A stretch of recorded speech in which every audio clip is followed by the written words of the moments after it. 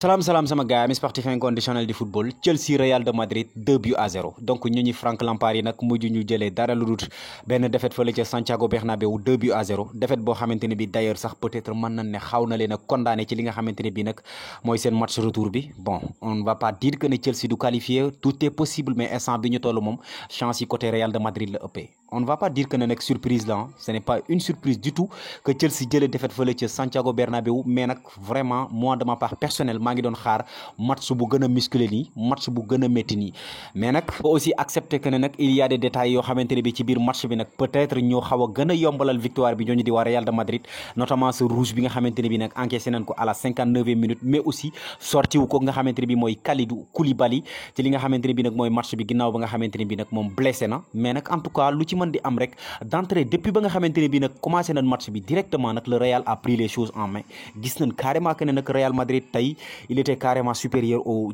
Chelsea wax dëgg yàlla Real Madrid ñoom ñoo féete woon kaw waa Chelsea tey ñoo yéegal niveau bi fu ko waa Chelsea mënut a àjjee comme niñ koy waxee souvent parce que tey gis nañ carrément que ne nag bataille milieu de terrain bi Real da ko gagné complètement même bu fekkee nag d'entrée man maa ngi doon xaar benn match bu rythmé nag ci côté milieu de terrain bi surtout bi ma gisee nag classement wu Chelsea bi ci milieu de terrain bi ñu gis benn N'Golo Kanté bi nga xamante ne bi nag même bu fekkee blessé na lu yàgg mais bi mu dellusiwaatee premier match am contre Liverpool da ko assuré ak fierté da ko assuré pleinement mais aussi un Matteo Kovacic benn joueur boo xamante ne il est très musclé très talentueux très technique benn aussi Enzo Fernandez nga xamante ne bii nag jënd nañ ko moom tamit 120 millions d'euros et que depuis ba mu ñëwee ba léegi moom tamit mi ngi assuré li nga xamante ne bi mooy rôle am mi ngi assuré place am mais tey gis nañ carrément que ne malgré nag intensité bi nga xamante ne bi Chelsea waroon na ko indi ak ce milieu de terrain jeune mais aussi ce milieu de terrain bi nga xamante ne bi na am toute cette force physique nag wax dëgg yàlla màggati Real Madrid yi dañoo ñëw nag jaar ci seen kaw ils les ont mangé toutes crues tey on a vu un masterclass de Luka Modric une prestation triple XL pour kooku di Toni Kroos mais aussi ñu gis benn Federico Valverde phénoménal presque mën na ne moo ëpp lu mu daw tey ci terrain bi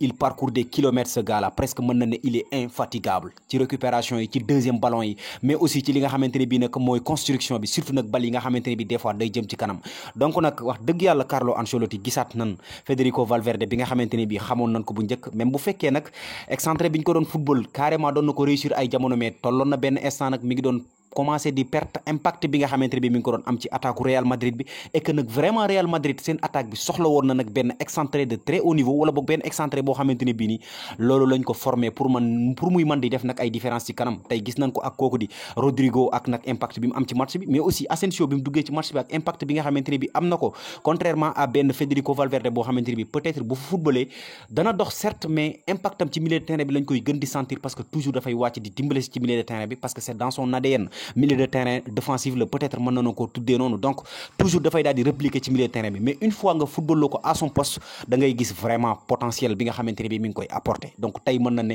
prestation triple XL aussi pour kooku di Federico Valverde looloo tax nag tey ji presque mën na ne Real Madrid nangu milieu de terrain wu Chelsea bi à 100% gis nañ ci lépp ci bataille yi presque mën na ne bataille yëpp waa Real Madrid ñoo ko gagné ci deuxième ballon yi aussi parfait les Madrilènes même ba ci sortie de balle yi on a vu un Luka Modric impeccable Toni Kroos impeccable bal bi ci kum jaar dafay daal di génn facilement et puis dañuy daal di toucher aussi li nga xam ne mooy excentré yi facilement muy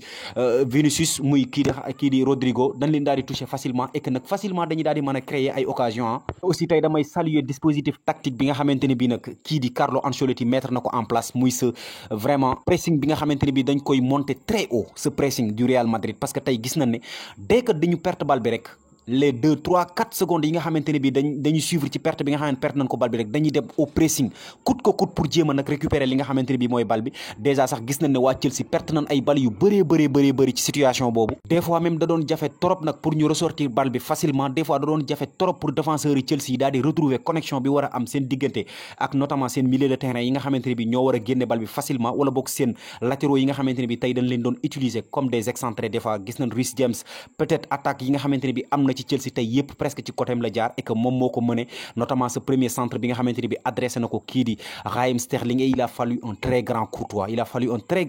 nag pour Real Madrid mën a garder li nga xam ne mooy avance bi parce que tey boo moytu doon Real moo doon njëkk encaissé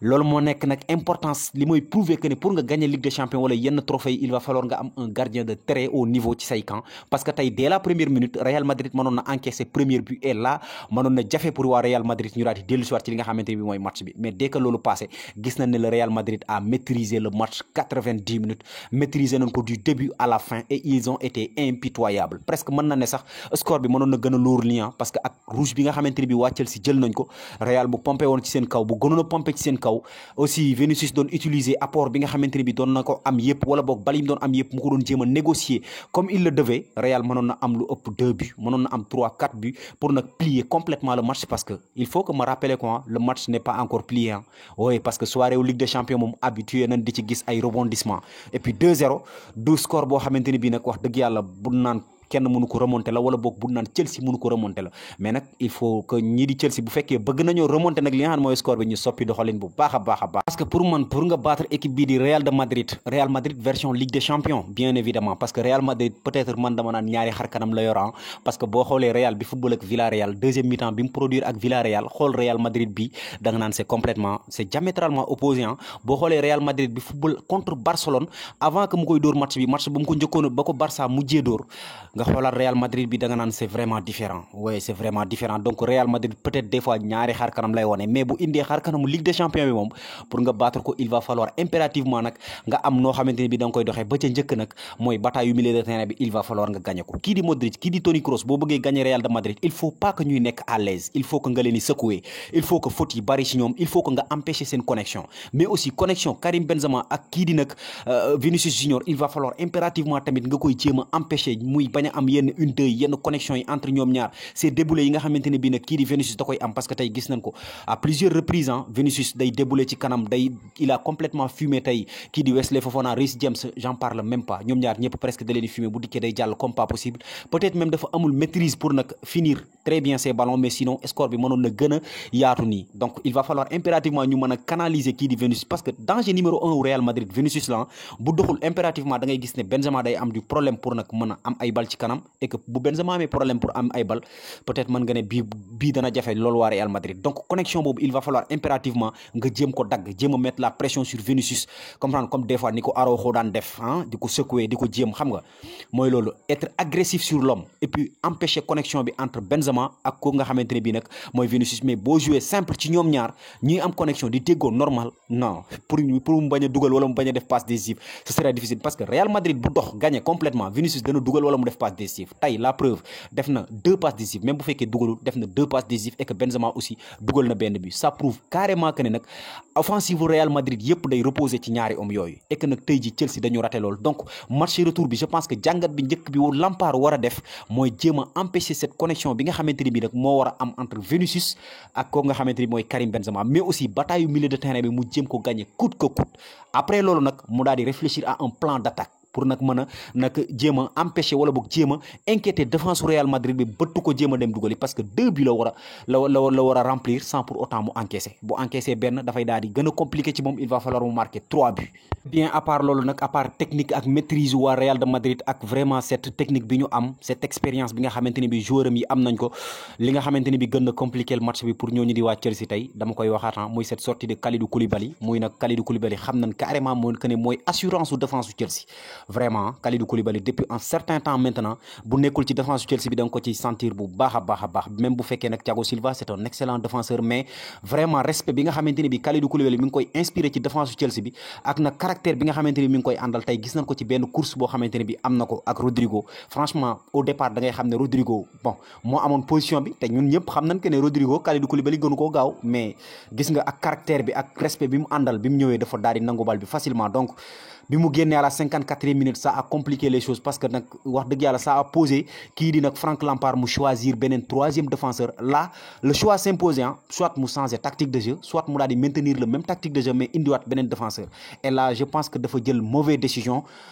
bi mu dugalee nag Cucurella parce que pour man amoon na benn axe de très haut niveau ci ginnaaw amoon na benn axe de métier ci ginnaaw muy Chalobah je pense que moom la waroon a gën a mettre